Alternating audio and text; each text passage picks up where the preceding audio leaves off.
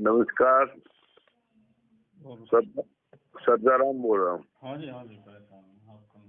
है एक आध मिनट? हाँ जी खूब बताओ। आपका वो लेक्चर सुना मैंने, बहुत इम्प्रेसिव था, बढ़िया था। जी जी जी। और सारी बातें बिल्कुल सही थी। मैं लेकिन एक कंफ्यूजन मुझे अभी भी हो रहा है, क्योंकि मैंने और पढ़ानी है, घर पे ही पढ़ा रहता हूँ ना। तो वो मैं ये कह रहा था कि जो ठेका खेती होगी उसमें जमीन किसकी होगी? कि जमीन तो किसान की होगी, लेकिन वो किराए पे देगा नहीं, उसे उस पे एग्रीमेंट होगा नहीं। कंपनी एग्रीमेंट करेगी 1 साल से लेकर 9 साल तक के लिए। मतलब उसे क्या राइट होगा कंपनी को? कंपनी को राइट ये होगा कि वो अपनी मर्जी की फसल बुआएगी अपनी देख रेख में। नहीं, वो ठीक समझ गया मैं, लेकिन जब किसान की जमीन है वो तो कहेगा मैं तो अपनी खेती जैसे करूँ वैसे करूँ। नहीं, फिर उसका अधिकार खत्म हो जाएगा किसान का। कब? कंपनी ने मान लिया आपसे कांटेक्ट कर लिया। कॉन्ट्रैक्ट जो होता है सिविल, उसमें जो प्रोसीजर में कॉन्ट्रैक्ट एक वो होता है नहीं, वो हो गया, मान लिया वो तो मैंने। आप कंपनी हो, मैं किसान हूँ। हाँ। आप मुझसे कहोगे मैं आपकी जमीन 1 साल के लिए लेना चाह रहा हूँ, मैं आपसे वो करना चाह रहा हूँ एग्रीमेंट। ठीक। एग्रीमेंट भरा जाएगा हाँ कि मैं 1 साल के लिए, 2 साल के लिए, 3 साल के लिए, जितना भी भरना है। हाँ। अब उसके बाद जो कंपनी कहेगी वो बीज डालना है, जो कंपनी कहेगी वो खाद देना है, जो कंपनी कहेगी उतना पानी लगाना है। हाँ, वो तो मैं समझ गया। ठीक है। हाँ। उसमें प्रावधान फिर ऐसे रखे हैं कि उसमें कंपनी जब चाहे किसान का शोषण कर सकती है। उसमें प्रावधान ऐसे रखे हैं इन्होंने, इसलिए इसका विरोध हो रहा है। वो भी ठीक है कि उसमें कंपनी को मॉनिटरिंग करने का अधिकार होगा। नहीं, मैं सिर्फ मेरा इतना सवाल है और तो मैं सब समझ रहा हूँ कि ये जो कानून आ रहा है ये लागू होगा, और लागू होने के बाद कॉर्पोरेट है एक और एक है आगे, फिर चल के बिचौलिया उचौली छोड़ के किसान है जिसके पास अब जमीन है। आप कह रहे हैं कि कॉर्पोरेट उसको ठेके पे देगा जमीन को, या कॉर्पोरेट जो है वो किसको देगा ठेके पे? कॉर्पोरेट क्यों देगा ठेके पे? वो तो ले रहा है ठेके पे। ठेके पे ले रहा है, किसान से ले रहा है। हाँ। मतलब किसान ना दे तो कोई जबरदस्ती थोड़ी है। नहीं, तो फिर तो सारे मने कर देंगे कंपनी देते, मतलब ज्यादातर। ये संभव है क्या? आप मान रहे हो ये संभव है? नहीं, संभव तो नहीं है। एक थ्योरेटिकल प्रश्न तो आता ही है कि वही मान लिया 50% ने दिया, 50% ने नहीं दिया, या 40 ने दिया, 60 ने ना दिया। आप जो नहीं, आप तो बहुत अनुभवी और बहुत समझदार और बहुत ज्ञान है आपको, और आप जमीन पे काम किया आपने। जब एक कल्चर शुरू हो जाती है नी। अच्छा। ये एक टुकड़ा डालना हो गया। अच्छा। जियो ने जब अपने ये सिम लॉन्च करे तो फ्री में बांटे कि हम फ्री दे रहे हैं। बीएसएनएल ठप होगी, बीएसएनएल के लोगों ने सिम फेंक के जियो के ले लिए।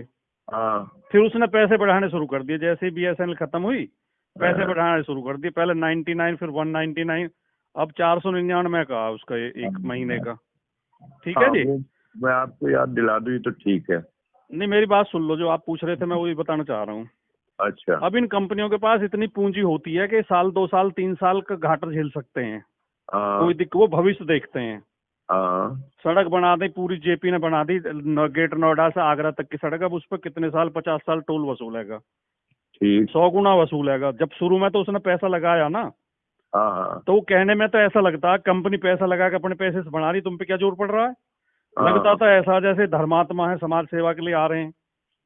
अगर इसी सड़क को गवर्नमेंट बनाती तो इन लोगों की लुटाई तो नहीं होती जो लोगों की लगातार लुटाई हो रही है। 500 रुपए ले लें आगरा तक के एक बार जाने के। लंबे समय तक होगी। ठीक है जी। तो वो शुरू में आप एक गांव में आएंगे।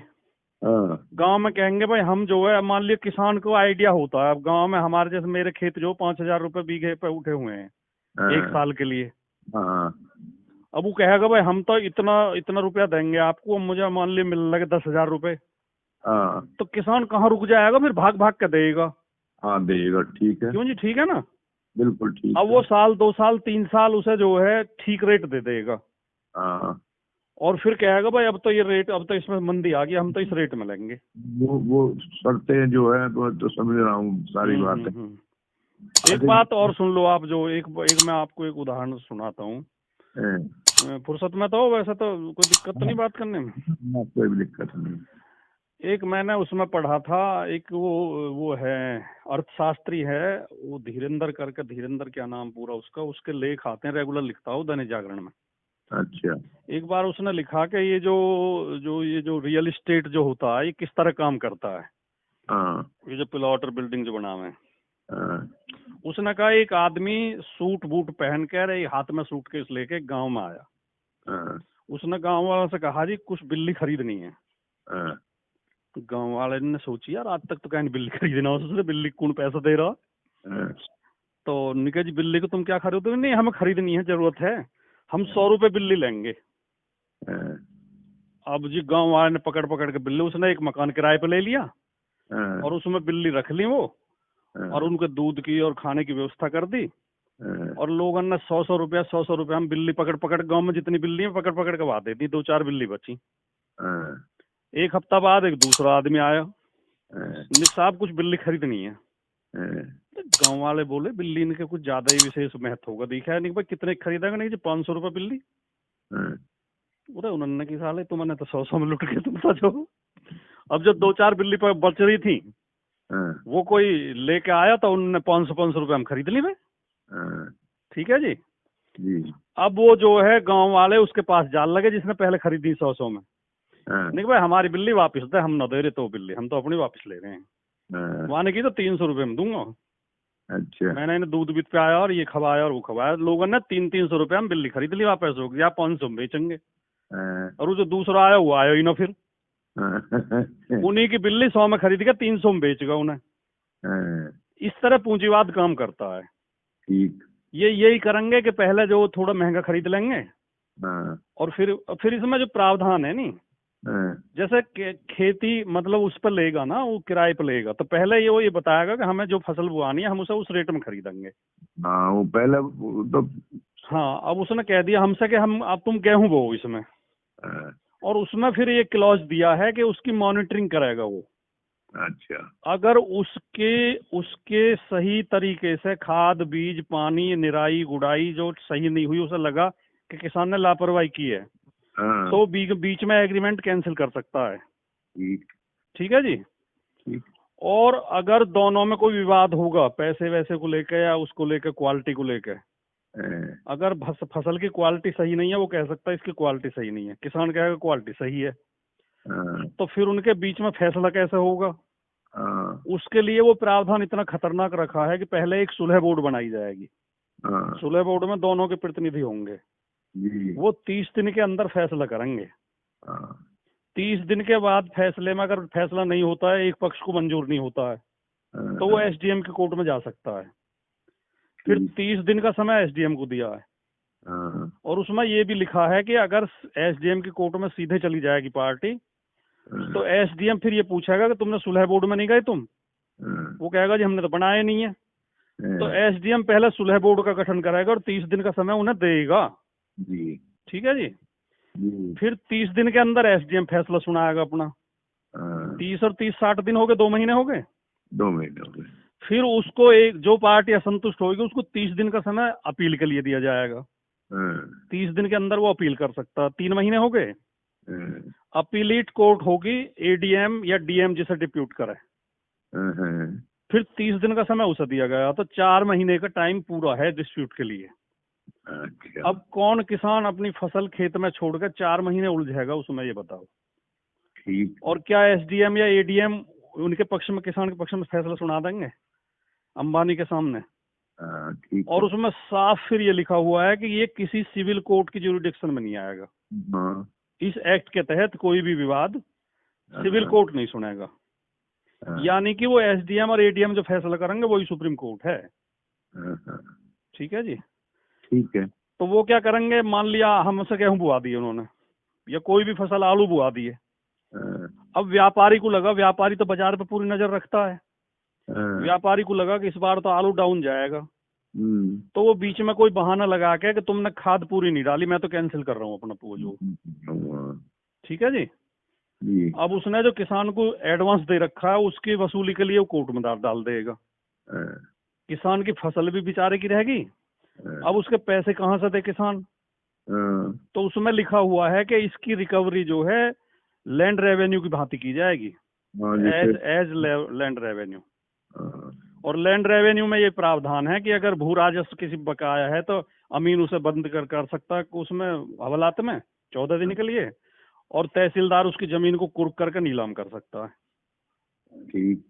एक इसमें ये भी दिया प्रावधान के वो कंपनी जो है उस फसल पे लोन ले सकती है बैंक से। तो उसमें लिखा है कि जमीन पे लोन नहीं लिया जाएगा, फसल पे लिया जाएगा, जिसे बीजेपी वाले प्रचार कर रहे हैं। लेकिन खतौनी में तो किसान की में ही चढ़ेगा वो है जी। और मान लिया बीच में कंपनी भाग गई, तो जब तक खतौनी में सुनी हटेगा किसान तो ना अपनी जमीन बेच सकता ना उसको कोई और कुछ कर सकता, तो मजबूरी में उस किसान को ही चुकाना पड़ेगा वो। तो ये है ना, ये तो मैं समझ रहा हूँ। और अब इसमें इतनी खबरें आ गई हैं, ये तो मोदी ने बड़ा एहसान करा इस देश पे, मैं बताऊँ आपको। ये जो अड़ रहा है ना जितना, उतनी लोगों में जागरूकता फैल रही है, लोग नई नई खबरें, जो अच्छे पत्रकार लगे हुए हैं, जनवादी पत्रकार, वो नई नई खबरें निकाल के ला रहे हैं। हाँ, बहुत सारे ला रहे हैं। तो ये तो इसके गले को पड़ गया, नहीं तो ये जो पता नहीं इस देश को कहाँ ले जाता, ये तो इस पे ही घिर लेगा अभी। अब कई खबरें इस टाइप की आई हैं कि अडानी ने जो है 2016 में जमीन खरीद ली थी पानीपत में 100 एकड़। ना, वो तुम्हें पता, गोदाम बना रहे हैं। और इस बिल के लागू होने से 28 दिन पहले उसने लाइसेंस लिया है गोदाम के लिए, उसके लिए रेलवे लाइन बिछाई जा रही है। यानी पूरी तरह खेती को इनके हाथ में देने की वो है प्लानिंग। इसलिए जो ये खतरनाक है जी, खतरनाक। और ये मुकेश अंबानी ने अभी 2 साल पहले एक चैम्बर ऑफ कॉमर्स में स्पीच दी थी इसने, तो इसने वहाँ स्पष्ट कहा था कि हम इसमें मेडिकेयर में और उसमें अनाज उत्पादन के क्षेत्र में हमारी कंपनी आना चाह रही है। अच्छा। तो उनकी इच्छा है, उनकी जो आकाओं की, मोदी जी उनके लिए रास्ता साफ कर रहे हैं। किसान को तो इसमें कोई भी लाभ नहीं है। ये जो कह रहे हैं कि हमने किसान को छूट दे दी, आप एक बात समझो कि जैसे गाँव में लोग पहले महाजन से लोन लिए करे, तो वो उन्हें लूटे 30% पे 40% पे लोन दिए करे। तो सरकार ने बैंक बनाए और ब्याज पे पैसे देने को गैर कानूनी घोषित कर दिया नहीं? कर दिया कि कोई भी आदमी किसी को वैसे बिना रजिस्टर्ड कराए कंपनी रजिस्टर्ड करानी पड़ेगी, और उसमें एक लिमिट होगी कि इससे ज्यादा लोन नहीं ले सकते, ब्याज नहीं ले सकते। अब मान लो उस कानून को खत्म करके न्यू कहते हम तो गरीब लोगों को आजादी दे रहे हैं, वो कहीं से भी लोन लो, जाके किसी से भी, रजिस्टर्ड कंपनी की क्या जरूरत है, क्यों जी? बिल्कुल। लेकिन अगर गंभीरता से सोचोगे तो वो तो पुराने वाह में ही चले जाएंगे, बर्बादी के वाह में ही। कोई पैसा वाला क्यों उन्हें कम ब्याज पे लोन देगा? तो ये जो ढिंडोरा पीट रहे हैं, हमने तो किसान को आजादी दे दी, ये पूंजीपति इतने पागल हैं कि महंगे दाम पे खरीद लेंगे। इसलिए किसान कह रहे हैं कि उसका जो एमएसपी का वो बताओ, कानून बनाओ और खरीदने की गारंटी। हाँ जी। तो ये है जी, ये तो जो है, मैंने तो बहुत गंभीरता से इसे पढ़ा भी है, समझा भी है। मैं तो बहुत, जब किसी विषय पर मैं बहुत गहरी नजर रखता हूँ, फिर उसे समझने बिना मैं बोलता नहीं कभी भी। बहुत बढ़िया था आपने, बहुत अच्छा है। मुझे थोड़ा कंफ्यूजन था इसके लिए, भाई जमीन किसकी रहेगी? नहीं, जमीन तो सैद्धांतिक तौर पे तो कानूनन तो रहेगी किसान की, लेकिन धीरे धीरे छिन जाएगी वो, परिस्थिति ऐसी पैदा हो जाए। दूसरी बात यूँ है कि वो आपने एक कहावत सुनी है कि वो जो है एक सर्कस में जब ये लागू हुआ ना, जैसे ये लड़ती रहती है मेनका गांधी, एक भाई जीवों पे वो नहीं होना चाहिए, अत्याचार नहीं होना चाहिए। ये अब ये बंद हो गए ना, सर्कस वर्कस में शेर नहीं नचा सकते अब, शेर हाथी कुछ नहीं कर सकते, या मदारी भी खेल दिखाई कराए तो वो भी। तो एक सर्कस वाले ने जो उसके शेर थे वो ले जाके जंगल में छोड़ दिए, तो वे शेर जो है धीरे धीरे भूखे मर गए और कुत्ते खा गए उन्हें, कुत्ते लिपट लिपट गए, क्योंकि वो शिकार करना भूल गए थे। भूल गए, उन्हें बना बनाया मांस मिलाया तो उन पे ना तो शिकार हुआ ना तो वे भाग सके शिकार के पीछे। अब वे या इंतजार में बैठे रहे कि तुम्हें जैसे रोज उन्हें खानों मिले कराए सर्कस में, तुम्हें कोई खाना देगा आके, वे कुछ तो भूखे मर गए, कुछ कुत्ते ने मार लिए। तो जब किसान को हराम पच जाएगा कि साल में नगद पैसा मिल रहा है, तो धीरे धीरे किसान नकारा हो जाएंगे और वो जो खेती तो चली जाएगी, फिर उनके खेत तो चले जाएंगे। इनसे तो छुटकारा सभी पाना चाह रहे हैं। आप देख रहे हो अपने क्षेत्र में भाई कद हो रही है, एक बार कद मिल रहा है भाई मुआवजा। ये हाल है। ठीक है, चलो ठीक है जी, समझ आ गया, थैंक यू। अच्छा जी, नमस्कार। नमस्कार।